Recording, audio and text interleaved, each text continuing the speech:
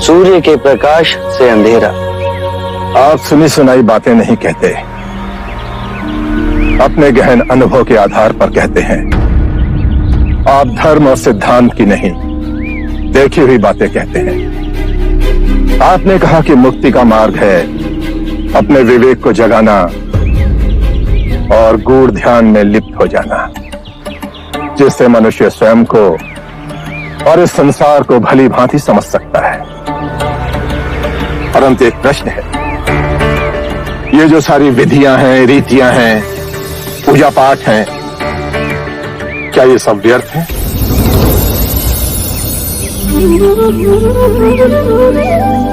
यदि कोई व्यक्ति इस नदी के दूसरे किनारे पर जाना चाहे तो वो क्या करे? यदि जल गहरा नहीं है तो वो चलकर जा सकता है, और यदि जल गहरा है तो वो नाव की सहायता से जा सकता है या स्वयं तैरकर जा सकता है। यदि वो चलना ना चाहे और ना ही तैरने को तैयार हो और ना ही नाव ले जाने को तैयार हो, और वो कहे कि मैं प्रार्थना करता हूं इस नदी का दूसरा किनारा स्वयं चलकर मेरे पास आ जाए, तब तो ऐसे व्यक्ति को मूर्ख कहेंगे, महामूर्ख। इसी प्रकार यदि व्यक्ति अज्ञान और भ्रांति को अपने विवेक से मिटाएगा नहीं तो परम आनंद और मुक्ति के दूसरे छोर पे कैसे पहुंच पाएगा? चाहे वो पूजा करे या अनुष्ठान या व्रत करे या किसी नीति पर चले, वो इस किनारे ही रहेगा। हमने सारे शास्त्रों को पढ़ा, उन पर व्याख्या की, परंतु जीवन के इतने जटिल सत्य को इतनी सरलता से किसी ने नहीं समझाया, किसी ने नहीं समझाया। आप इस भटकती मानवता को परम ज्ञान का मार्ग दिखाएंगे। आप करुणा के सागर हो। हे बुद्ध, आप हमें अपना अनुयायी स्वीकार करें।